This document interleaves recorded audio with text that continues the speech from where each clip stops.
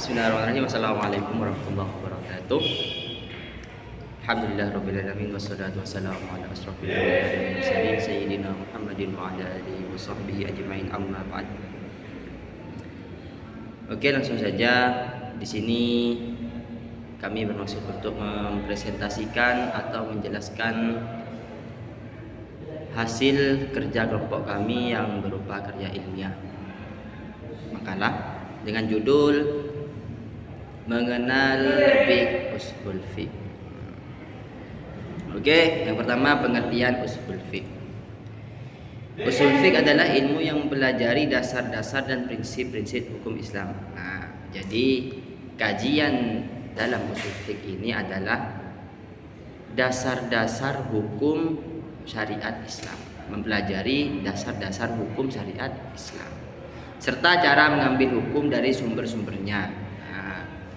Juga usul fiqh ini mempelajari cara bagaimana mengambil hukum dari unsur-unsur usul fiqh.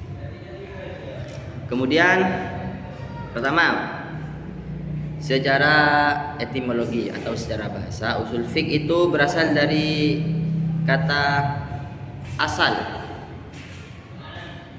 aslun yang berarti sebagai pondasi.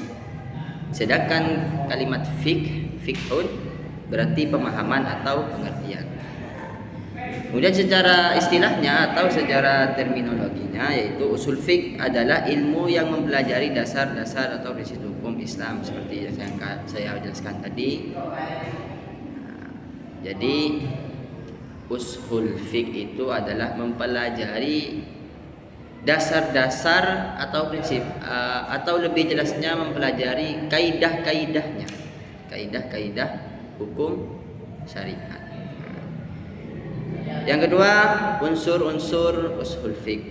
Ada beberapa unsur di dalamnya. Yang pertama Al-Qur'an. Sebagaimana yang kita tahu adalah Al-Qur'an adalah kalamullah yang diwahyukan kepada nabi kita, nabi terakhir kita, yaitu Nabi Muhammad SAW.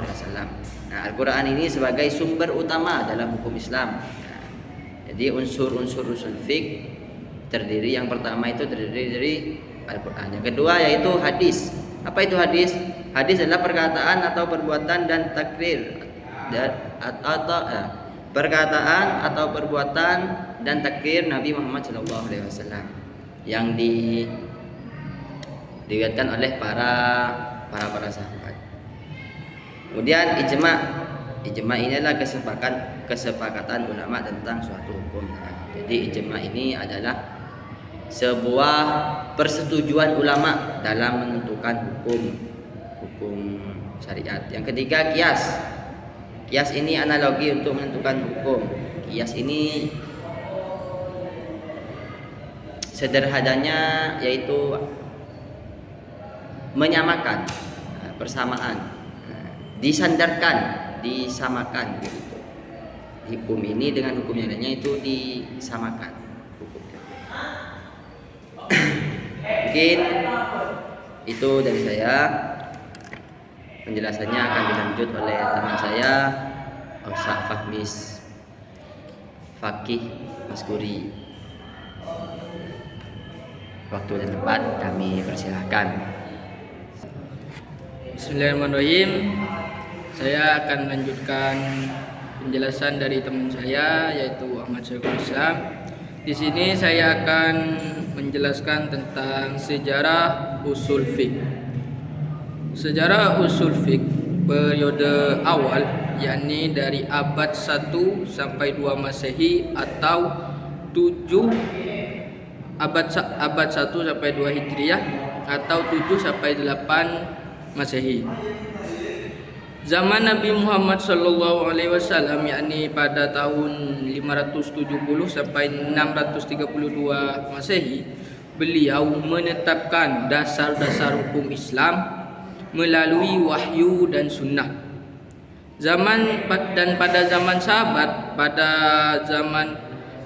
pada tahun 632 sampai 661 Masehi, sahabat seperti Abu Bakar, Umar, dan Ali mempelajari dan menerapkan menerapkan hukum Islam. Dan pada zaman tabi'in, yakni pada tahun 661 sampai 748 Masehi, tabi'in seperti Ibnu Abbas dan Ibnu Umar memperkaya pemahaman hukum Islam. Dan pada periode pembentukan pada abad 2 sampai 4 Hijriah atau 8 sampai 10 Masehi. Pada masa Imam Syafi'i pada tahun 767 sampai 820 Masehi, Imam Syafi'i menulis kitab yakni Al-Risalah yang menjadi dasar usul fiqh. Yang kedua, Imam Ahmad bin Hambal. Imam Ahmad bin Hambal mengembangkan metode istinbat atau penemuan hukum. Yang ketiga, Imam Abu Hanifah. Imam Abu Hanifah mengembangkan mazhab Hanafi.